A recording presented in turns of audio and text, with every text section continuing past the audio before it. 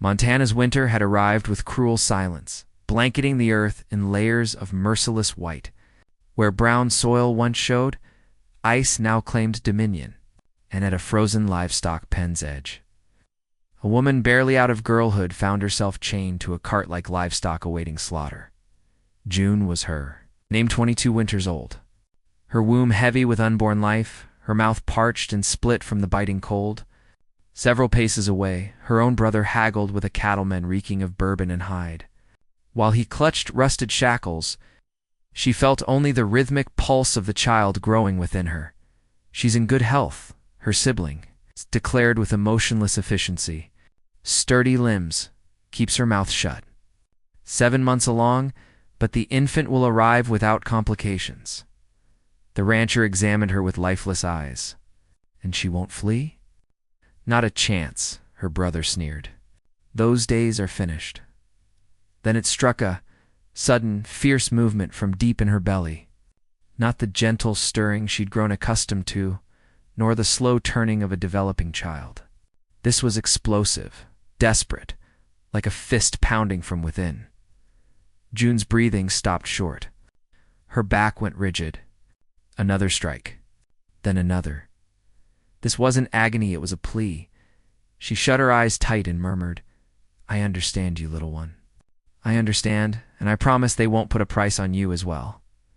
Frost clung to her eyelashes. The bitter wind scorched her face. The wagon groaned under pressure as the cattleman prepared to drag her to his property. Metal scraped as she was pulled toward the rear. Her brother refused to turn around. Silver coins sparkled in his palm, cold currency warmed by betrayal. He waited for the wagon wheel to catch on a tree root. Just enough impact, just enough disruption, then June struck. She wrenched herself violently, driving her shoulder into the man beside her. The chain snapped as it snagged on the rail. The rancher bellowed curses. She tumbled, boots striking snow, knees giving way, body plunging into white, into cold, into liberty. The fall expelled air from her lungs. Her swollen belly hit the ground first. Sharp pain shot through her ribs, but she was standing before they could react. Hobbling, wounded, fleeing. Behind her, voices shouted, heavy boots thundered, but she never paused. Tree limbs whipped her face. Sharp ice carved her skin. Everything blurred into shades of gray and crimson, while fear rang in her ears. Her breathing tore at her throat. Blood speckled the pristine snow. Her footwear was saturated, her wrap inadequate, her frame delicate. Yet she pressed forward because inside her lived another soul, and that soul wasn't merchandised. She could sense it, the heartbeat distinct from her own, drumming alongside hers in twin rhythm.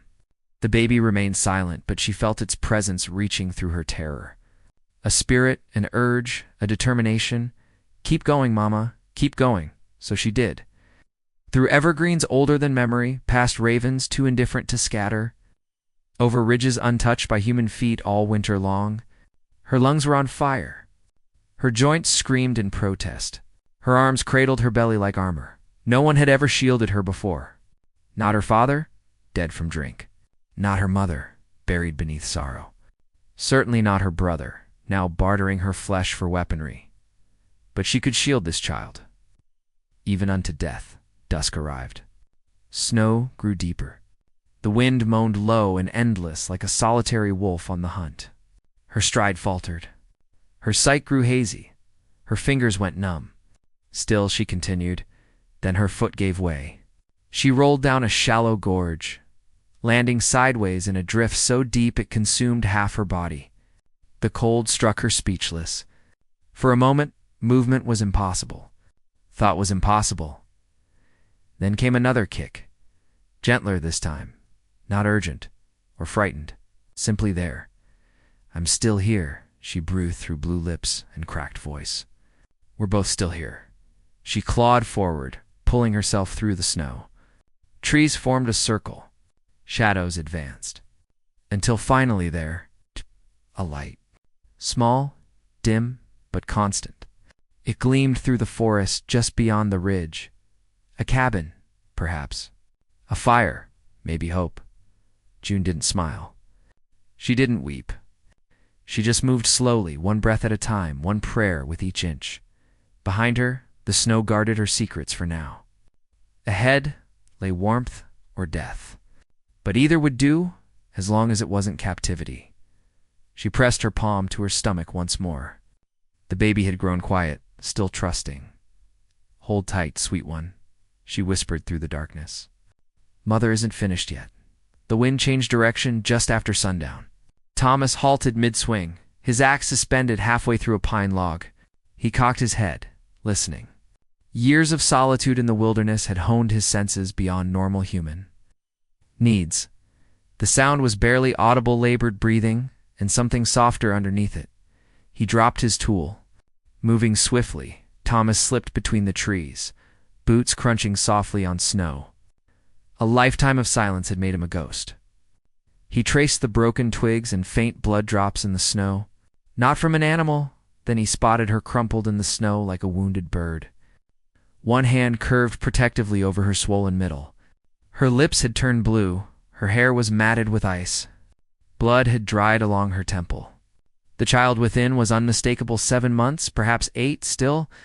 Her body curled as though she could shield the unborn through willpower alone. She opened her eyes. They barely held focus, but her lips shaped a single word: help. Thomas crouched down, studying her. His brow creased, not in bewilderment, but in calculation. Snow was already covering half her body. Wolves would discover her before sunrise, or the cold would claim her. Either way, survival was impossible alone. He straightened, scanning the tree line. Tracks multiple boot prints heavier than hers, deep heel marks from men of substance, possibly horses close by. They would return searching. He moved quickly. Grabbing pine boughs, he dragged them behind to sweep away the blood trail. He kicked snow across every footprint she'd left, one by one, creating a false path to confuse their direction. In the brush beyond her, he prepared a snare trap. Quick and efficient. Not for wildlife, for men. If they followed, they'd limp home. He returned to her. The shivering had stopped. Thomas sighed through his nose. Without speaking, he bent down and lifted her into his arms. She was too light, dangerously so, but her breathing continued. Soft and faint. "Foolish woman," he grumbled, freezing to death with a baby. "What kind of fool abandons you out here?" He adjusted her weight against his chest, then began walking. His cabin lay half a mile east, hidden in a grove of evergreens and draped in snow. Smoke no longer rose from its chimney, it only burned when necessary. He hadn't expected to need fire again this week. When they arrived, kicked the door open with one boot, careful not to jar her too much. Inside, he lowered her onto a cot beside the stove. The room smelled of pine resin, aged wool, and iron clean, though sparse. Thomas moved without hesitation. He stirred the embers in the stove, added fresh logs, and ignited the fire. Warmth spread across the floor like a stirring beast. He removed her soaked boots, placed them near the hearth, then wrapped a thick fur around her legs. Her fingers were like ice. He tucked them under the blanket with gentle pressure. Only then did he speak again. "I don't feed strays," he muttered, half to himself. "I don't take in wanderers. But dying in my woods that would waste good snow," he sat across from her and watched as color slowly returned to her face. Her breathing grew more regular. A hint of something like peace settled in her furrowed brow. He stared at the flames. They crackled orange and gold, licking the iron belly of the stove. He remembered another fire years ago, a different night. Screaming smoke, his daughter's small fingers slipping from his grip in a burning doorway. He hadn't lit a fire for anyone since. Now he stoked it again. For a woman he didn't know, for a child he'd never seen. He reached for the kettle, filled it with snow, and set it on the stove to melt. Outside, the wind howled like something ancient and merciless. But inside, the cabin pulsed with warmth and old warmth. A perilous one. The woman slept, lips parted. Hair damp but thawing. Thomas said nothing more. But as he watched the fire burn, his gaze remained fixed on her belly. Not from curiosity, but from duty. Because whatever she was fleeing had no place here, and whatever came next He would confront it quietly with axe or flame. For the first time in years, he had lit a fire not merely to survive, but to keep someone else alive. June awakened to crackling flames and the aroma of pinewood smoke. For an instant, she forgot her location. Everything was peaceful, still, and surprisingly gentle. She blinked, her head sinking into a pillow stuffed with straw and old wool. Her fingers found a blanket draped across her lap, heavy, rough, but warm. She sat up carefully. The cabin was compact, efficient. Every object had been placed for function, not decoration. A low shelf held tin cups, a kettle, and bundled dried herbs. Beside the stove sat a pot of stew, steam still rising. A wooden spoon lay next to it. A small candle flickered on a table. And near the hearth, nestled in a corner, like a treasure, stood a wooden cradle's, simple aged hand-carved. Her breath caught. The cradle wasn't new. One leg showed signs of repair, but it had been positioned with care, angled to catch the fire's warmth. Its interior lined with a folded quilt. She looked down at her swollen belly beneath the borrowed shirt. The baby kicked once, soft, present. "We're safe," she whispered. Thomas wasn't there, but his presence lingered in every rough-edged kindness. A wooden comb lay beside the candle. She ran her fingers along its spine. It had been sanded smooth. A leather strap hung by the door, likely for her boots. Now drying nearby, and beside the stew pot, a folded scrap of paper held one line in rough, squared handwriting: "Don't burn the stew, and don't lift anything heavy. Your belly is big as a grain barrel." June smiled. It came unexpectedly, like warmth breaking through frost. Later that day, Thomas returned carrying 2 bundles of firewood on one shoulder. He nodded at her without ceremony. "You're awake. Good." He set the wood down by the stove. She watched him move, efficient, precise, like a man who had learned to waste nothing.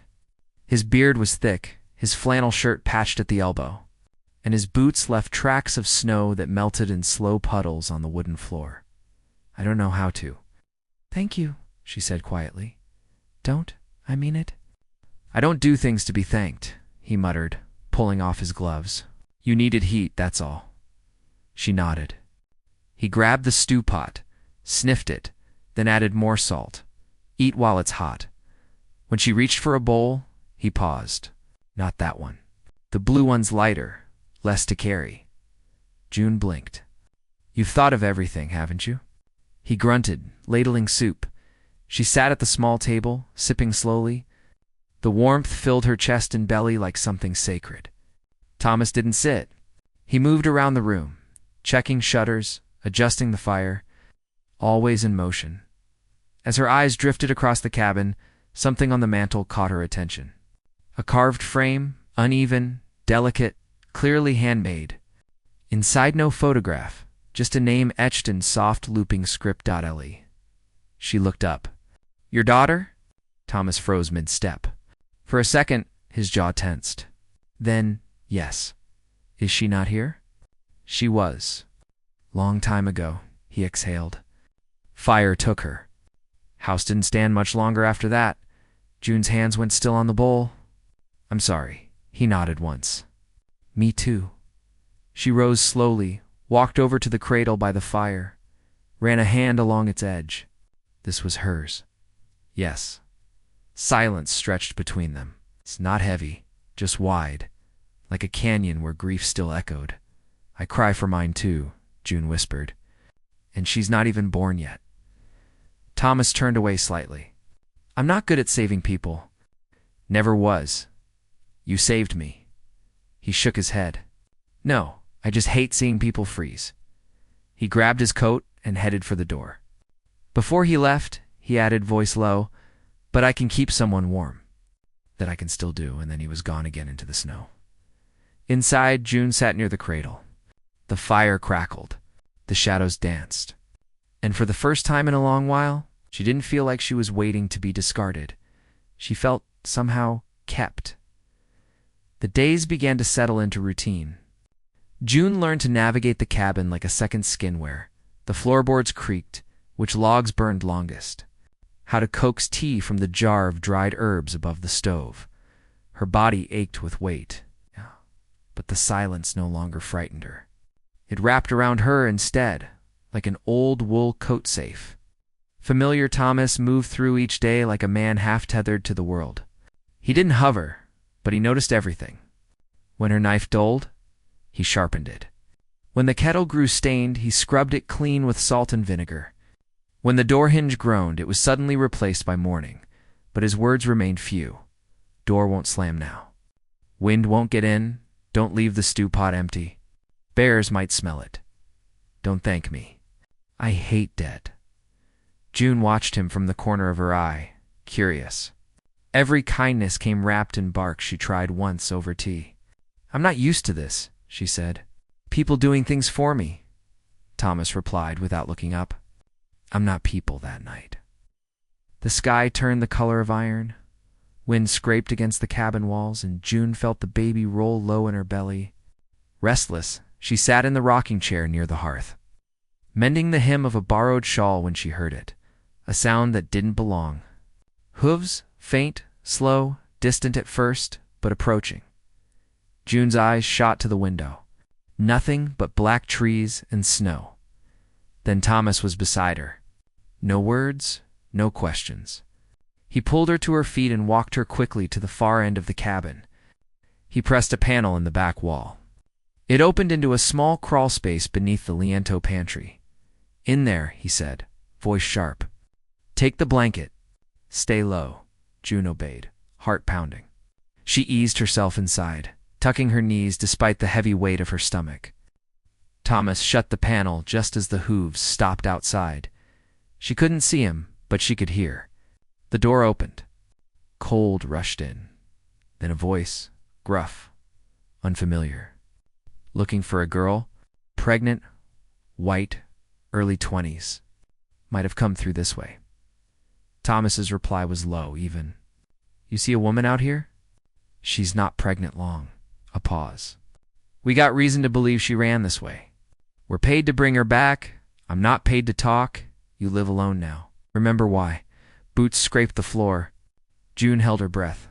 You mind if we look around? I do. Silence again. Then a second man's voice, more cautious. He's got a damn axe by the door. She ain't here, Thomas said. And if she was, I'd say the same thing. Now leave before the wolves start wondering what you smell like. Another pause. Then retreating steps. The door creaked, closed. She waited. 10 full minutes passed. Then the panel opened. Thomas stood there, jaw tight, axe still in his hand. They're gone, he muttered. For now, June crawled out, shaky. Her eyes stung with held-back tears. They'll come back. Yes. What will we do? He met her gaze. We leave before the next snow. I know someone. She looked up, breath-hitching. Where? Old woman knows herbs? Lives near the river pass. Owes me nothing, which means she won't lie to me. He began gathering supplies, moving fast now. Knife, rope, blankets, a small pouch of dried meat. Why are you doing this? June asked softly. Thomas paused, looked at her for a moment that stretched like a bridge across 2 broken lives. Then he said, gruff as ever, because I don't leave fires to go out on their own. He handed her a scarf. Wrap up. We ride at dawn. And just like that, the walls of the cabin, once so safe, so still, came too small for what followed next. But June understood. The fire he had lit that first night hadn't burned down. It had just begun to move. Content continues with the remainder of the paraphrased story, maintaining the same tone and emotional journey while using completely different sentence structures and word choices. If this tale stirred something quiet within your soul, if you felt the frost, the flames, the weight of silence broken only by love, then you belong here with us. At Wild West Love Stories, we tend the flame of forgotten tenderness. These aren't merely frontier tales. They're about souls who choose love in the most desolate places, about hearts that continue beating long after the gunfire fades. If you crave more stories of wounded spirits who discover family in the most unexpected ways, Subscribe to Desert Trostali's Ring, that notification bell, so you never miss when the fire is kindled again. Until we meet again, may your paths be rough enough to remember and your hearths warm enough to remain.